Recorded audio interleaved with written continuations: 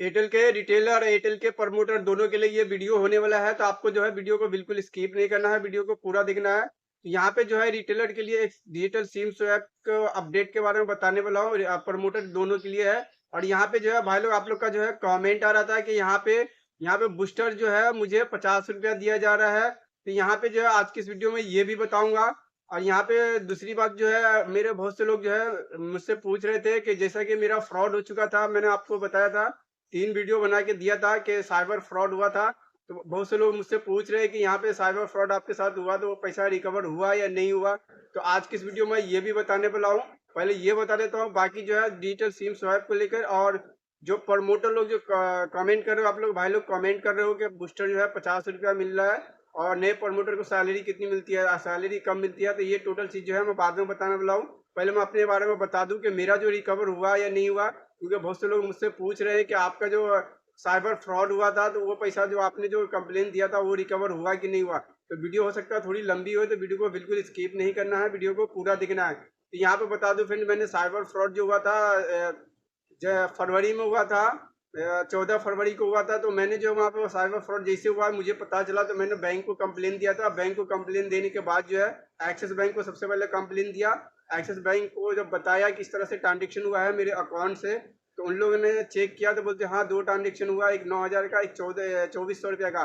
तो बोले ये ट्रांजेक्शन आपने किया है ना, तो मैं बोला मैंने नहीं किया है।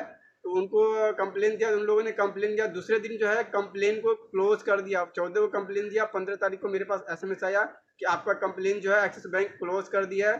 तो उसका रीजन मैंने जब फिर से पूछा बैंक से, उसका रीजन क्या है कंप्लेन को क्लोज करने का, तो बैंक ने मुझे बताया कि आप इसका रीजन ये है कि आपने कार्ड डिटेल और ओटीपी शेयर किया है फ्रॉड के साथ। तो मैंने बोला कि मैंने शेयर नहीं किया। देखो आप लोग जो है वीडियो को बिल्कुल स्किप ना करें, और ऐसा मत सोचिए कि मेरे साथ जो है फ्रॉड नहीं हो सकता। अगर आप ऑनलाइन ट्रांजेक्शन करते हो तो आपके साथ फ्रॉड होना ही है, आज नहीं तो कल, नहीं तो परसों, कभी न कभी होना ही है। यहाँ पे देखो मैंने, आप अपने आप को खुद को और टैलेंट समझते हो।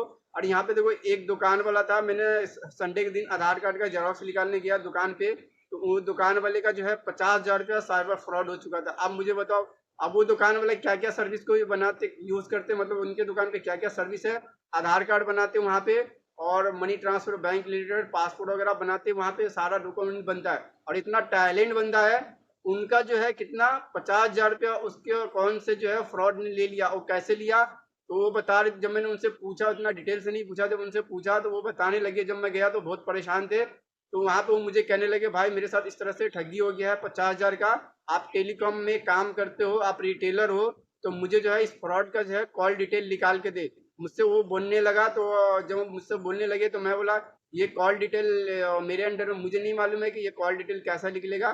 तो बोलते नहीं नहीं आप निकाल के दो, आप रिटेलर हो, काम करते हो टेलीकॉम में। तो मैं जो है मेरे सेल्समैन को कॉल किया और उनको उनके सामने स्पीकर पे ऑन रख के बता दिया कि ये जो है एक कॉल डिटेल वीआई का निकालना है, वो कैसे निकलेगा। तो बोलते वो मुझे नहीं मालूम, हम लोग वो नहीं निकालते। तो यहाँ पे जो होता है, ये कॉल डिटेल जो है कंपनी सिर्फ पुलिस वालों को देती है, हर किसी को नहीं देती है। उसका कुछ अलग से प्रोसेस होगा। उनको बोला मैं कि कस्टमर केयर पे कॉल करे और वहाँ से जानकारी ले, तो बोलते उन लोग हमें नहीं देंगे, वो सिर्फ पुलिस को ही देते हैं।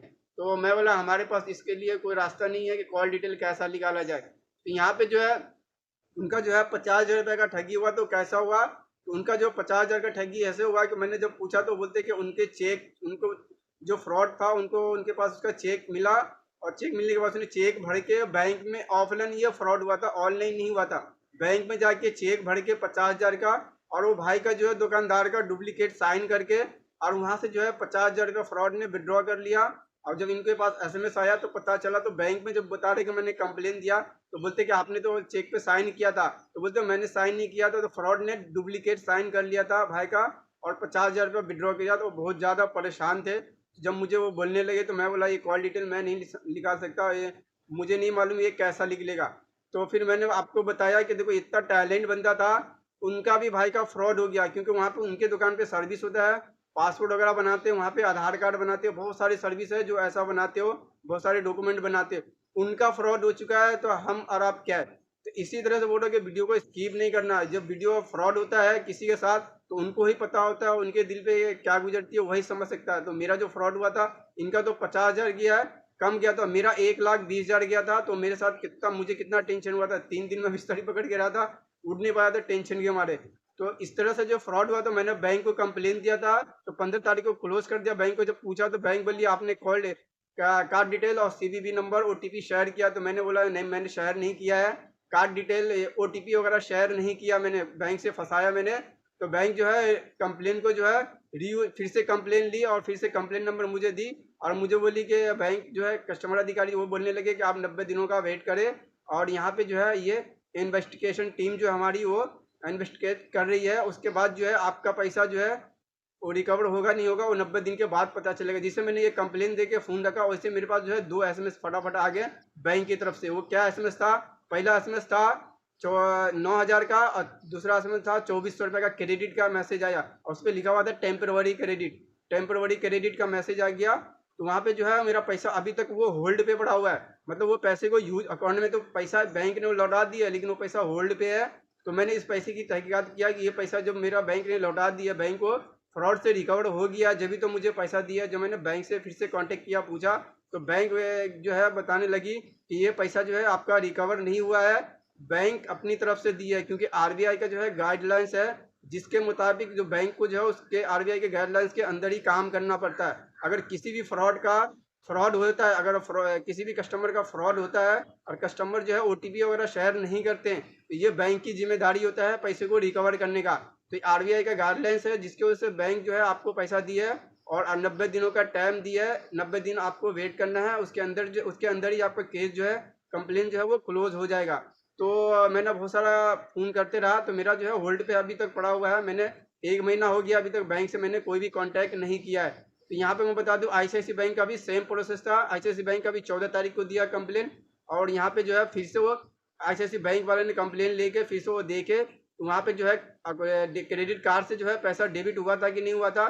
तो 14 तारीख को भी 15-16 तारीख को देखे तो पैसा डेबिट हो चुका था। 17 तारीख को फिर से 18 तारीख को मेरे पास जो है कंप्लेन नंबर आया दूसरा।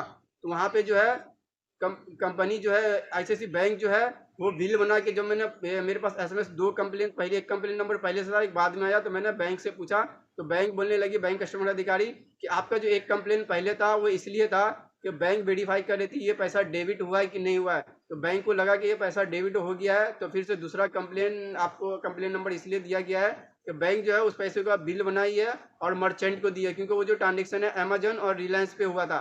दोनों ट्रांजेक्शन जो है अमेजन और रिलायंस पे हुआ था।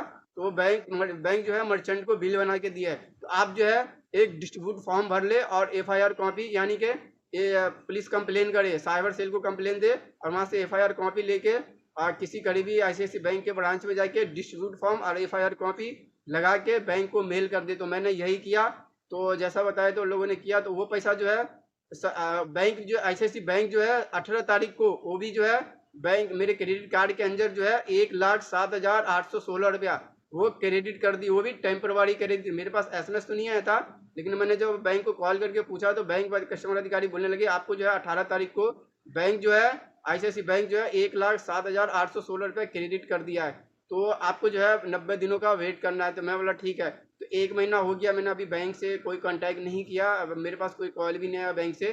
तो मैंने आपको बताया कि मेरा पैसा जो है अभी तक रिकवर नहीं हुआ है।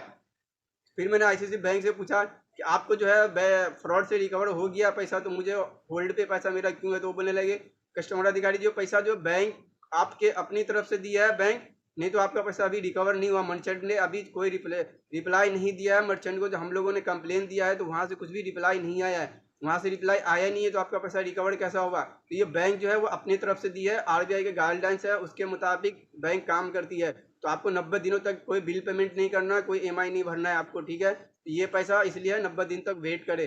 तो अभी तक जो है मैं 1 महीना हो गया बैंक से कोई भी कांटेक्ट नहीं किया है। तो मैं आपको बता दूं दूसरा जो है मैं बताने वाला था, ये जो मेरा है अभी तक पैसा रिकवर नहीं हुआ है। और मैं बता दूं कि रिटेलर भाई और प्रमोटर भाई जो कमेंट कर रहे थे, रिटेलर के लिए जो अपडेट है और प्रमोटर भाई के लिए जो कमेंट कर रहे थे, यहाँ पे जो है बूस्टर मेरा डिस्ट्रीब्यूटर जो बोल रहे कि आप 3 एमएनपी करोगे दिन का, एक दिन का, तो पर एमएनपी जो है 50 रुपया बूस्टर मिलेगा। तो पहले तो कैसा था फ्रेंड्स, पर एमएनपी जो बूस्टर मिलता था 200-250 रुपया ऐसा मिलता था। तो क्या होता है दिन पे दिन जो है कंपनी की तरफ से अपडेट आते रहता है। जब मैंने इसके बारे भाई का कमेंट आया था, जब मैंने इसके बारे में टीएम मतलब सेल्समैन को कॉल किया, क्योंकि वो प्रमोटर भी है, तो मैंने उनसे पूछा ये 50 रुपया बूस्टर, अभी प्रमोटर को बूस्टर कितना दिया जा रहा है, तो वो बोलने लगे कि प्रमोटर को बूस्टर ये कितना दिया रहा है, जैसे कि आपने कंपनी आपको जो है 20 MNP का टारगेट दी है या 10 का टारगेट दी है, 10 MNP पूरा कर देते हो तो पर MNP जो है अभी 50 रुपया बूस्टर दिया जा रहा है। तो भाई आपको बता दूं, आपके जो डिस्ट्रीब्यूटर बताए 50 रुपया पर MNP, वो सही बताइए, अभी जो है 50 रुपया पर MNP बूस्टर मिल रहा है, इसके अलावा कुछ नहीं मिल रहा है। यहाँ पे इंसेल्टी जो है वो 20,000 आता है, वो अलग से।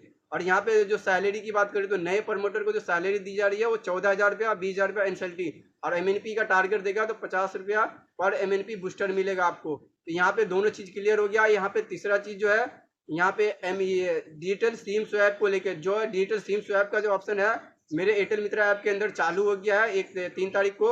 जब मैंने अभी कांटेक्ट किया है टीएम को, टीएम से मैंने पूछा कि अभी क्या डिजिटल सिम स्वैप के लिए कोई शर्त है क्या, कंपनी की तरफ से कुछ अपडेट है क्या, तो वो कहने लगे कि अभी डिजिटल सिम स्वैप को लेकर कुछ भी अपडेट नहीं है यहाँ पे। तो मैं बोला सर मेरा डिजिटल सिम स्वैप जो है वो चालू हो गया, मैंने पिछले महीने में एक ही MNP किया था। तो वो बोलने लगे अभी आपका नहीं, जितने भी रिटेलर थे जिनका भी डिजिटल सिम स्वैप बंद हो गया था, वो सारे रिटेल को जो है कंपनी चालू कर दिया, वह इसी मंथ के लिए, 1 महीने के लिए।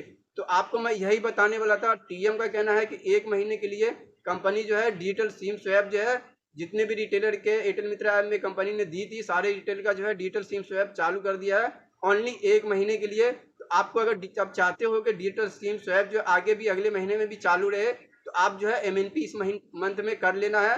4 से 5 MNP कर लोगे, 5-6 MNP कर लोगे, तो अगले महीने में भी जो है आपका डिजिटल सिम स्वैप का ऑप्शन जो है वो चालू रहेगा।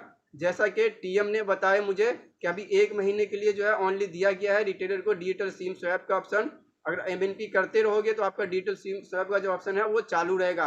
तो मैंने आपको इस वीडियो में बता दिया है कि यही अपडेट था डिजिटल सिम स्वैप को लेके। और प्रमोटर भाई को बूस्टर कितना दिया जा रहा है, 50 रुपया सैलरी, नए प्रमोटर को 14,000 रुपया और 20,000 रुपया इंसल्टी। तो ये टोटल मिला के आपका अच्छा खासा हो जाता है, 34,000-35,000 रुपया हो जाता है। तो आपको इस बात का ध्यान रखना, प्रमोटर भाई MNP करने के टाइम अगर MNP आपका 150 या 75 MNP का टारगेट पूरा हो जाता ना, तो वहां पे जो है कस्टमर का जब MNP करोगे तो उनको बोल देना है ये सिम को जो है एक बार जरूर यूज करना है, कॉल कर लेना, 1 बार या 2 बार कॉल करके बात कर लेना है, या डेटा थोड़ा बहुत यूज कर लेना है। वो एक बार यूज कर लेंगे तो आपका जो है काउंटिंग में आ जाएगा, रिजेक्ट में गिनती नहीं आएगा। तो मैंने आपको इस वीडियो में बता दिया है। चैनल पर नहीं तो चैनल को सब्सक्राइब कर ले, वीडियो पसंद है तो लाइक करें, अपने दोस्तों में शेयर कर दें।